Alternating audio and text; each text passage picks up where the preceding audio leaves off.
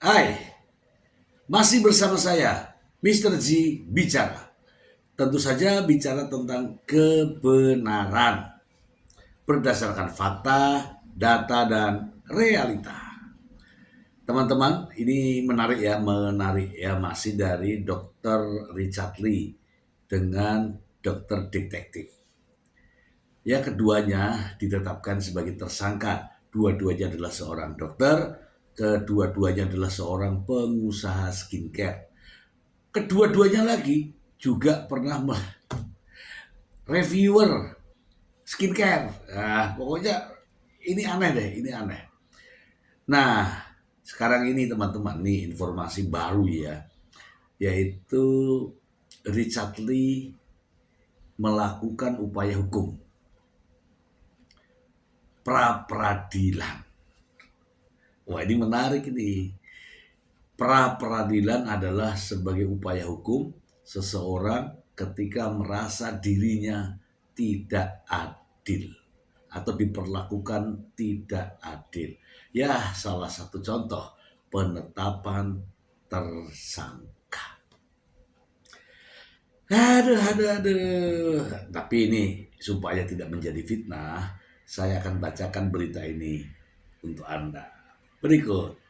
Dari Kompas.com, Richard Lee ajukan pra peradilan. Doktip duga strategi untuk perlambat penyidikan. Oke, kita dengarkan. Jakarta Kompas.com. Dokter kecantikan Samira atau dikenal sebagai dokter detektif, Doktip, menuding rekan sesama dokternya Richard Lee sengaja memperlama proses penyidikan atas kasus pelanggaran hak konsumen yang sedang berjalan. Langkah yang disebutkan sebagai bentuk penundaan yaitu keputusan Richard adalah gugatan status tersangka melalui pra peradilan. Sebelumnya, Richard meminta penundaan pemeriksaan yang dijadwalkan Senin 19 Januari 2026 ke 4 Februari 2026 karena alasan kesehatan. Menurut Dokti, permintaan penundaan itu hanya strategi Richard Lee untuk memperlama proses penyidikan, termasuk gugatan pra peradilan. Mundur sampai di tanggal 4, itu adalah strategi yang akan dilakukan Dr. Richard Lee untuk melakukan pra peradilan, kata Dokti. Namun, melihat langkah yang diambil Richard ini, ia jadi memikirkan untuk mengambil langkah yang sama. Berdasarkan pelajaran dari DRL yang dilakukan, kemungkinan juga ya mengajukan prapit.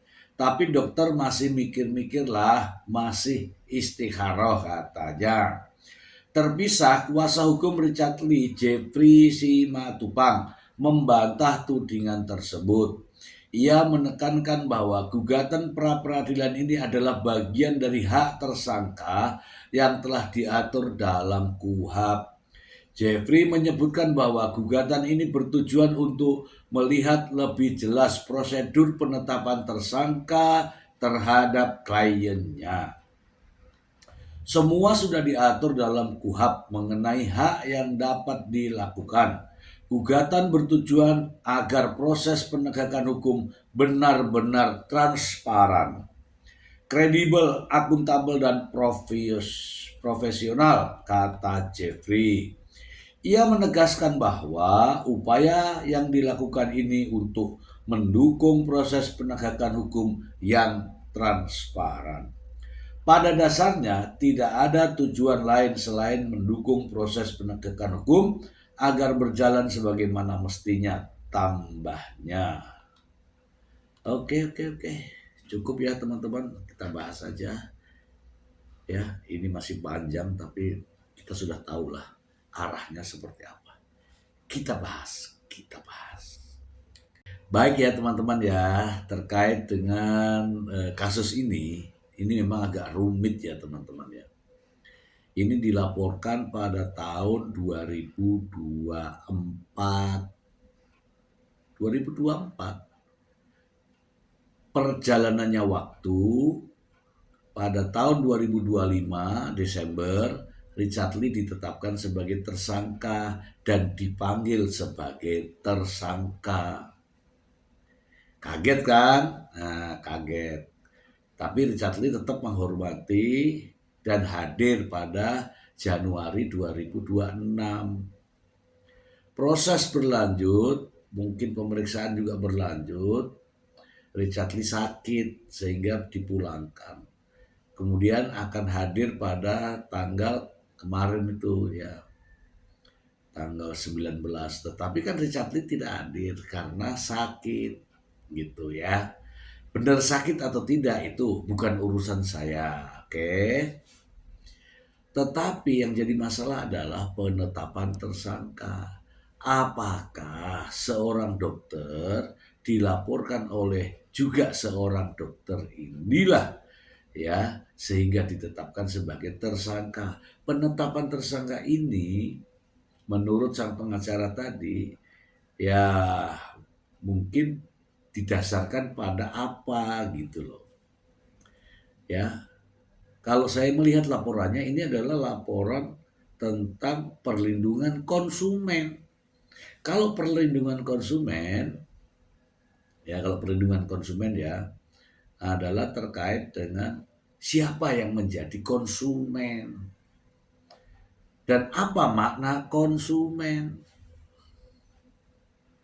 Konsumen adalah orang yang menggunakan memakai, ya orang yang menggunakan memakai produk daripada Dr. Richard Lee, ya kan konsumen.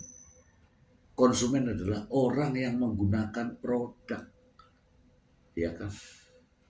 Bukan orang yang membeli produk kemudian mereview. Kalau itu beda lagi. Itulah yang dimaksud dengan konsumen. Nah di sini apakah benar Dr. Samira ini sebagai konsumen? Ya kalau saya lihat tidak mungkin Dr. Samira menggunakan produk Richard Lee, itu tidak mungkin. Karena Dr. Samira atau dokter ini juga memiliki produk sendiri. Oke. Terkait dengan undang-undang kesehatan. Nah ini masalah ini. Terkait dengan undang-undang kesehatan, tentu saja ketika ini menjabat sebagai seorang dokter, tenaga medis, atau nakes. Kalau memeriksa nakes itu ada prosedurnya. Ya sebagaimana kita mendengarkan kemarin.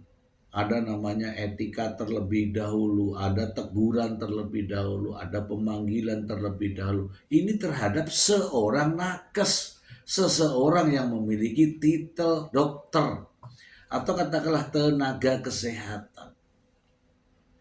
Tetapi kemungkinan ya, tetapi karena tiba-tiba ini Dr. Richard Lee ditetapkan sebagai tersangka, apakah gitu ya, apakah sudah melalui prosedur yang benar atau hanya semata-mata karena keinginan daripada dokter?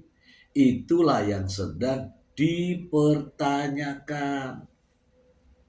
Ya kita tahu sendiri ya bagaimana dokter. Wah begitu laporannya di follow up, mencak-mencak itu rame di media itu. Itu saya, itu berkat saya, itu berkat saya. Nah, itu juga suatu pertanyaan, ya kan?